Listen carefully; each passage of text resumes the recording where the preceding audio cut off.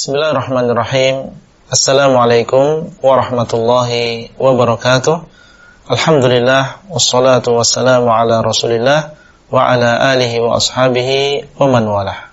Anggota grup WhatsApp Dirasah Islamiyah yang semoga dimuliakan oleh Allah, kita lanjutkan pembahasan kitab Aqidah Ahlussunnah wal Jamaah yang ditulis oleh Fadilatul Syekh Muhammad bin Shalih Al-Utsaimin rahimahullah. Masih kita pada pasal beriman kepada Allah.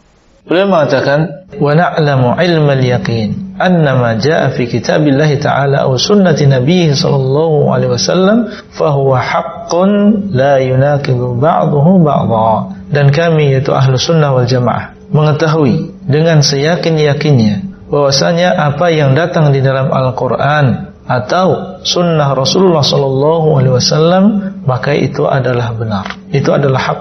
Itu kita yakini dengan zahir dan batin kita. Apa yang datang dari Al-Qur'an, di dalam Al-Qur'an hak, dan apa yang datang di dalam sunnah Nabi sallallahu alaihi wasallam adalah hak.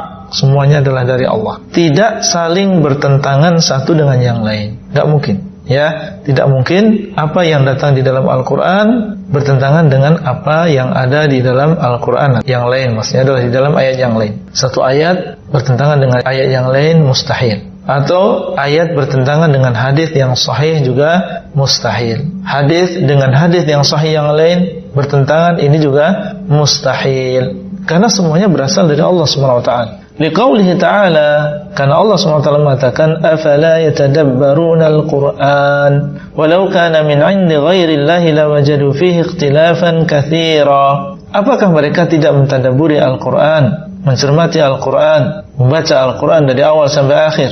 Seandainya itu dari selain Allah, dibuat oleh manusia, niscaya mereka akan mendapatkan di dalam Al-Qur'an perselisihan, karena manusia kurang ilmunya. Mungkin berbicara dengan sebuah pembicaraan dalam satu waktu, kemudian berbicara di waktu yang lain dan berbeda isinya, padahal sumbernya sama. Yang demikian karena keterbatasan ilmu kita. Taib, Allah SWT dialah Al-Alim, Al-Khabir, Al-Latif. Apa yang datang dari Allah, kalau itu memang benar datang dari Allah, tidak mungkin saling bertentangan satu dengan yang lain. Silahkan mereka membaca Al-Quran, semuanya saling menguatkan satu dengan yang lain, saling menjelaskan satu dengan yang lain, menunjukkan bahwasanya itu adalah dari Allah. Ya, ini keyakinan Ahlus Sunnah. Tidak ada yang bertentangan kalau memang itu adalah dalil yang sahih. ولأن التناقض في الأخبار يستلزم تكذيب بعضها بعضا وهذا محال في خبر الله تعالى ورسوله صلى الله عليه وسلم. Dan karena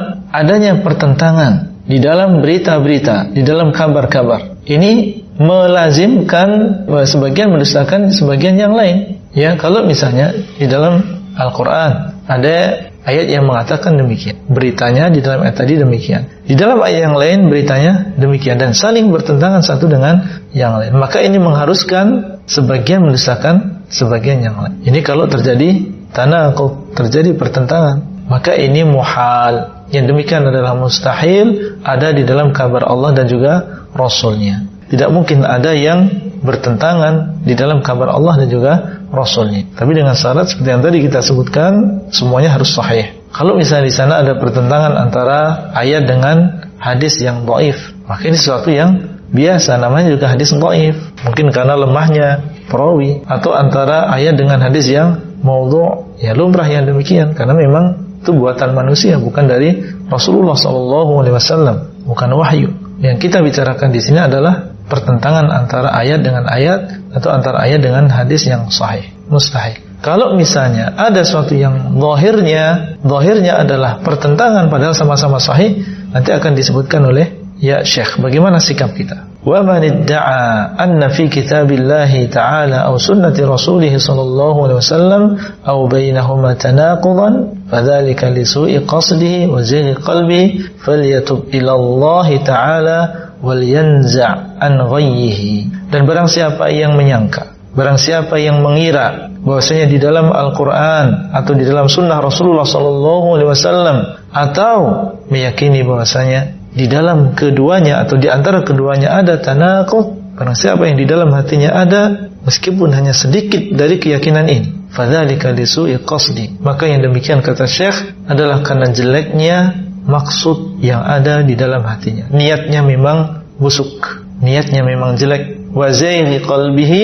yang demikian karena memang hatinya menyimpang. Wa illa, seorang muslim, muslimah beriman kepada Allah, beriman dengan Al-Quran, tidak mungkin meyakini bahwasanya di dalam Al-Quran atau di dalam sunnah atau di antara keduanya ada pertentangan. Tidak mungkin. Pasti dia akan meyakini bahwasanya semuanya adalah sahih dan tidak ada pertentangan di antara dalil-dalil yang sahih. Maka Syekh mengatakan, falyatub ilallah, hendaklah dia segera bertobat kepada Allah, karena ini adalah dosa dan ini adalah keyakinan yang buruk, meyakini bahwasanya ada pertentangan di antara dalil. Wal yanza' an ghayyihi, dan hendaklah dia melepaskan dari kesesatan tadi, segera bertobat kepada Allah, karena tidak meyakini keyakinan tadi kecuali orang yang menyimpang hatinya dan jelek niatnya. Demikianlah yang bisa kita sampaikan pada kesempatan yang berbahagia ini, dan insyaallah kita bertemu kembali pada pertemuan yang selanjutnya pada waktu dan keadaan yang lebih baik. Wassalamualaikum warahmatullahi wabarakatuh.